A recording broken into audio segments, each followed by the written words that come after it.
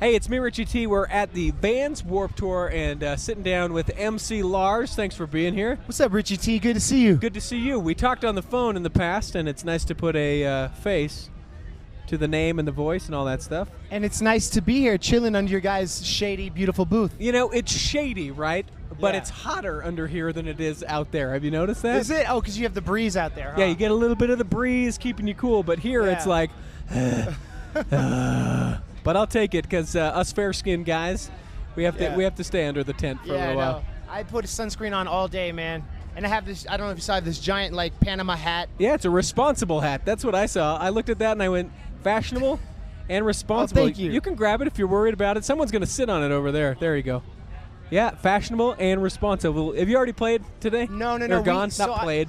I go on, so I'm rapping with the Aquabats. Oh, really? I think they're 4:15. Then my set is second to last on Spotify. How did that work out that you got in with the Aquabats? So back in the day, I toured with them. You know, I used to tour with a bunch of ska bands. We did a European tour, and so we've just been friends for years. So they were like, "Come rap with us." And I was like, "Awesome." Okay. And so here I am. And I did a song with them actually in 2008. Okay. Yeah. Do you do? You don't do their whole set with them, or are you? No, I come out. I do a verse on their song "Pool Party." Okay, that's awesome. So it's pretty fun, man. Those are pretty cool guys, and a lot of love for the Aquabats here in the state of Utah because they got some connections. They're a little and they're just, it's good. It's like family friendly, you know what I mean? High energy, crowd participation. Like, I really look up to them for how they've been able to build this community and play for 20 years, you know what I mean? Like, their longevity, just like, much love to the Aquabats, you know what I mean? Yeah, how long have you been doing this thing? 10. 10. So, yeah, I'm 30. I've been doing it since junior year in college was my first UK tour. I toured during the summer. So how's UK in the summer? Is it hot like this? It's hot. It's hot, yeah. The UK can get very hot in the summer. So when people come and see MC Lars, I know I've talked to a bunch of people who are like, oh my gosh, yeah, MC Lars, you're going to be talking to him? Make sure you get a autograph. Make sure that whatever, right? But do you get a lot of radio play? Or are you starting to get more and more of that? Or how are people finding out about you? That's a great question. I mean, it's really YouTube-based and social media. I had, a few years ago, I had a song called Hot Topic Is Not Punk Rock. Yeah. That got some love. But I've been doing it DIY. Sometimes people play me, like specialty DJs, but I don't have anyone plugging my stuff. Right. So it's all underground. I mean, my show is kind of just like me having fun with a laptop and a drummer and just doing it. I feel like it's really word of mouth, though. And the fact that I'm always on the road. Like, these days, to be a sustainable artist, you need to have cool videos and tour a lot. Yeah. And so I feel like I have that covered. And have a good attitude and be really, like, open and always responding to your fans. You know what I'm saying? Do you get really tired of that? Because I would think, I mean, as much as you love music, right? I would think that always trying to make the videos, always trying to be on the road. Like, some days I'd just be like, you know what I want to do today? Nothing for anybody. I'm staying home and do it. You know what I'm saying? Or how about today I'd like to write a song. You know what I'm saying? Yeah. Because it really is more than half my time is, I basically, manage myself and like do everything myself. I have an agent, a great agent, and but that's it. You know what I mean? Like so but it's cool because at the end of the day I know I'm in charge of my path, and I always look up to guys like Ian MacKaye, Angela Biafra, and Henry Rollins, and all the punk rock guys who did it without really a label, doing it on their own, you know what I mean? Like building their own empires, because that means no one can take it away from you. And in the 10 years I've been doing this, so many bands I've toured with have broken up or been dropped, and here I am like still rocking it. So I'm just, every day I'm thankful, and I just thank the universe that I can still do like what I love to do. You know what I'm saying? Yeah. Is it something that maybe just the right offer hasn't come your way? Like you would go with an album or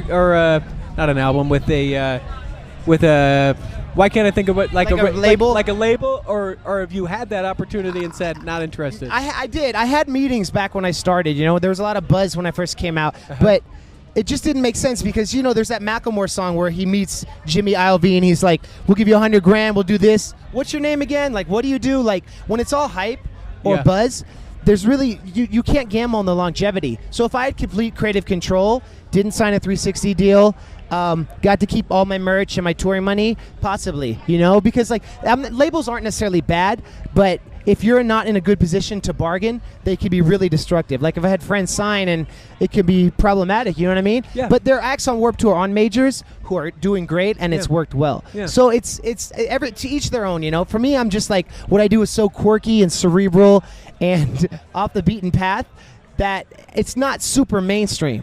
But I'm, working on other stuff. I'm doing a kids TV show. I'm writing is that books. coming out? We're doing the pilot in the fall. Okay. I just did a little proof of concept thing on mclars.com where I'm in the studio with one of the robots from the show. So like I'm trying to I look up to Aquabats because they really hit that kids market. Yeah, man. They crushed it. I mean, with the Aquabat Super Show and Yo Gabba Gabba.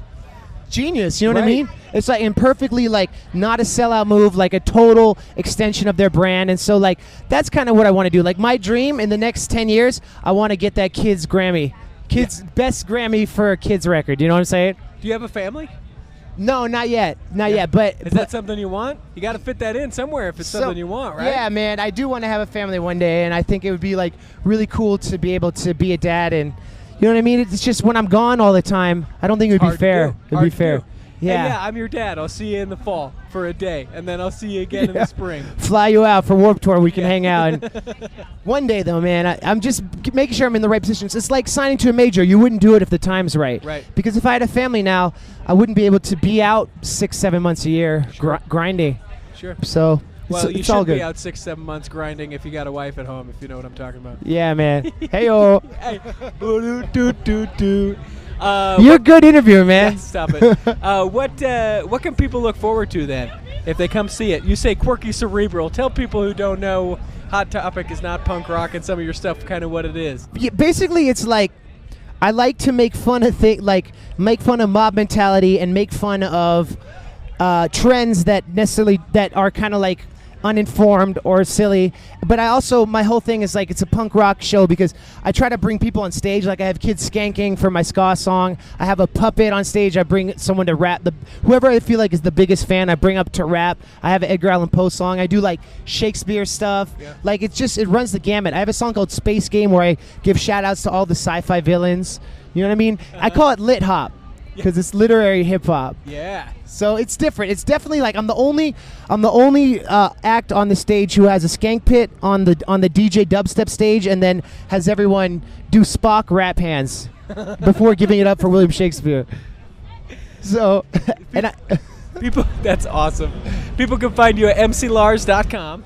Yes, sir, and Twitter at mclars. Okay, and Instagram, do you do that? Instagram MC_Lars. Facebook mclars. Cool. And thanks for the support, man. I really appreciate it, man. Best of luck. Are you going to be coming back through Salt Lake now with the Warped Tour anytime soon? I have a great relationship with the people who run it, so I'm hoping to, this won't be my last. It's my third time being on part of the tour, so we got to do it the whole summer, and I hope to do it again. So I'll be back. If not, I'll be rocking Kilby Court, hopefully in the spring. Cool. We look forward to having you here. Thanks. Thanks, Richie. Take it easy. Great man. talking to you, man. Thank you. Too.